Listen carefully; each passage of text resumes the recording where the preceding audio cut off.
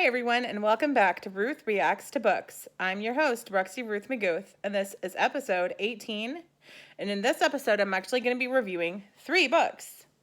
Sorry I've been away for so long. Since going back to work, I've had a lot less time on my plate to spend time reading and making videos. So today I'm going to go ahead and review the 3 books that I've read in the past couple of months.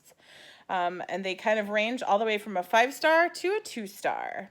So here we go. The first book I'm going to be reviewing is called The Fix, and it is by David Baldacci. The Fix is actually the 3rd book in a series, and I gave this book 5 stars.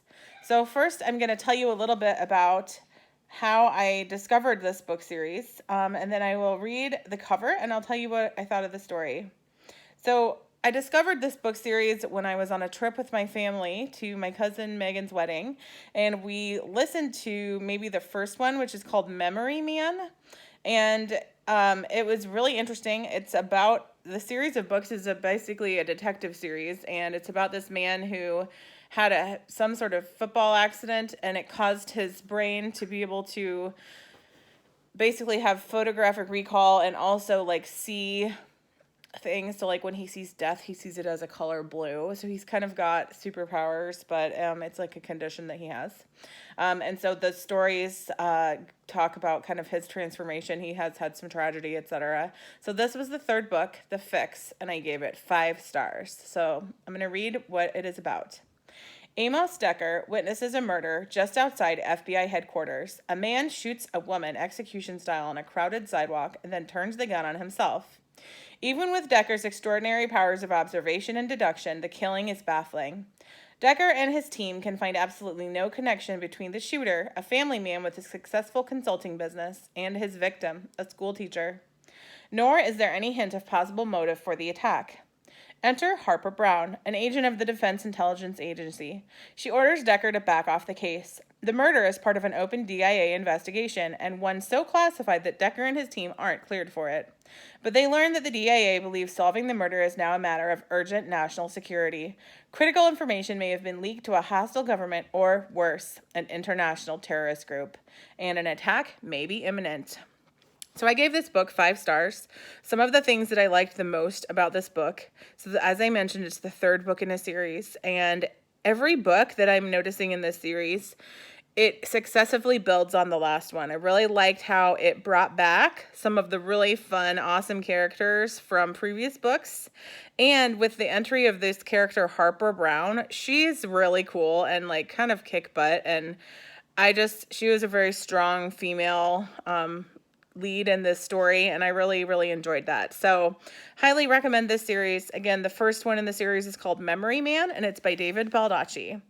All right, on to the 2nd book. The 2nd book was called The Kill Order by James Daschner. I gave this book 2 stars. I did not like it, which is fairly unusual. If you watch my videos, most of the time I like my books that I read. So The Kill Order is the 4th book in the Maze Runner series, and it's actually a prequel to the 3 Maze Runner books. What happens in this book is that it goes back and sort of tries to tell the story of kind of why the Maze Runner series happened. So you definitely should read the Maze Runner series first, I think, but I don't recommend this book, so choose if you want to or not. I'm going to go ahead and read the description, and then I'll tell you why I didn't like it. So here we go. The Kill Order by James Daschner. Before Wicked was formed, before the Glade was built, before Thomas entered the maze, sun flares hit the earth and mankind fell to disease. Mark and Trina were there when it happened, and they survived. But surviving the sun flares was easy compared to what came next. Now a disease of rage and lunacy races across the eastern United States, and there's something suspicious about its origin. Worse yet, it's mutating, and all evidence suggests that it will bring humanity to its knees.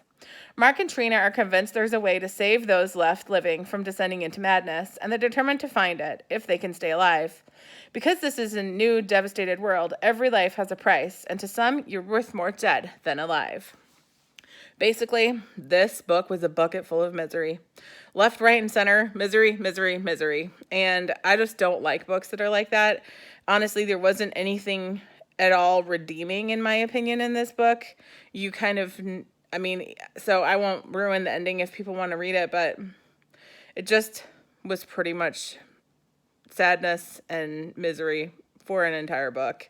There really wasn't any positive outcomes, and I honestly didn't even really truly see much of the connection. I mean, at the very end, they sort of hint towards what the books are going to be about, but I don't even really understand that to the extent that they went there. So, another thing that I didn't like about this book is one of the people in it was named a name of my friend's child, and I knew that character wasn't going to make it, and so I was like, oh God, I'm just waiting for this person's death. So yeah, not recommending that book. However, would love to hear from people who loved it, what you loved about it. So the third and final book that I'm going to talk to you about today is this one. I have this in person. The other two I had from the library. This is one of my very favorite series of all time, suggested to me by my wonderful friend Tasha Barton.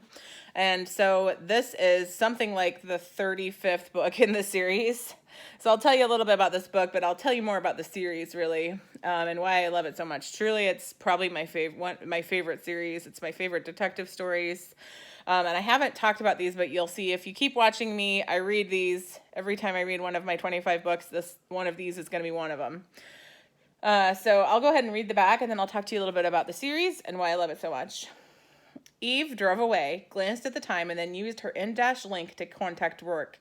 Maybe it was dawn, but she knew damn well he'd be up at least a solid hour, and he'd probably already have bought a minor solar system. Lieutenant, I figured I should let you know I won't be back, she told him. I assumed as much. His native Ireland cruised through the words like music. Eat something. I think I'll wait until after this trip to the morgue. Their vending seriously blows. It's bad, I can see it. Murder's never good, but this one wasn't particularly messy. But mother of two with a husband I broke into pieces at notification. Well, healed Upper East Side family, both of them with careers in finance, living in a penthouse condo. But without the flash, homey, pictures of kids everywhere. And she was Judge Young's sister-in-law. Judge Young? Criminal, one of the best I know. She could let the pity come just a little with him. You couldn't swim through the love and grief in that place. It just kept flooding the air. It's difficult being the one who has no choice but to open the gates to the flood. It's part of the job. But like Peabody said, sometimes it's worse than others. This was worse. So that was the back of this book, although it's actually just a little subsection from the book. I'll go ahead and see if on Goodreads here it maybe has a bit more about what the actual book was about. So here we go. I'll tell you a little bit about the book. On Manhattan's Upper East Side, a woman lies dead at the bottom of the stairs, stripped of her valuables. Most cops might call it a mugging gone wrong, but Lieutenant Eve Dallas knows better. A well-off accountant and a beloved wife and mother, Marta Dickinson doesn't seem the type to be on anyone's hit list. But when Eve and her partner Peabody find blood inside the building, the lieutenant knows Marta's murder was the work of a killer who's trained, but not professional or smart enough to remove all the evidence. But when someone steals the files out of Marta's office, Eve must immerse herself and her billionaire husband Rourke's world of big business to figure out who's cruel and callous enough to hire a hit on an innocent woman.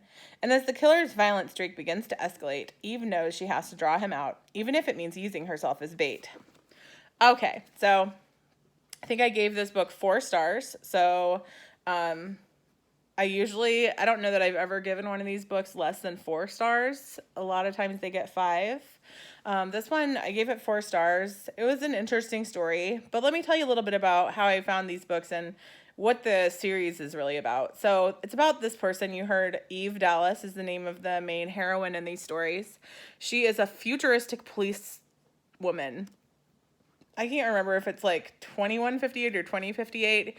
Anyway, it's one of those futuristic books that, if it is 2058, I'm sure that by that time we won't be quite where they are in these books, because they've got like flying cars and all kinds of stuff that can do a lot more than we can do right now. They also don't have a lot of meat in the world, because meat is really expensive in this future world, and so there's like tofu dogs and all kinds of stuff that vendors on the street sell. And like the coffee's really bad, except for she happens to have a billionaire husband. Oh gosh, he has a lot of awesome food. But anyway, it's a really cool story. This detective, as you go through the books, I mentioned this is like book 35, I think. The first one is called Naked in Death, and I do have to warn you, the first book has some pretty explicit sexual crime in it, and so just a warning on that for anyone. Definitely not for children, this book or this series, but I really love these murder mysteries in this series. It's one of the reasons I keep coming back and back, is that I can't always figure them out, and I love that in a book. This one definitely had some twists that I didn't see coming. It was really interesting how she figured it out, and I'm always trying to figure it out with them. And so I gave this book 4 stars. I highly recommend this series if you like murder mysteries. There are some sex scenes in it, and after a while I kind of got bored of the sex scenes. I just sort of skip over them when I come to them, but because they're all sort of the same. But it's interesting to see this person grow. The heroine, obviously in 35 books, has grown a lot, and she's come a long way. So that's my report, people. There's 3 books. This is probably the longest YouTube video I've ever posted. And I'm excited to announce that the next video that's coming out is going to have a very special guest. So check back soon with me and keep reading. Bye.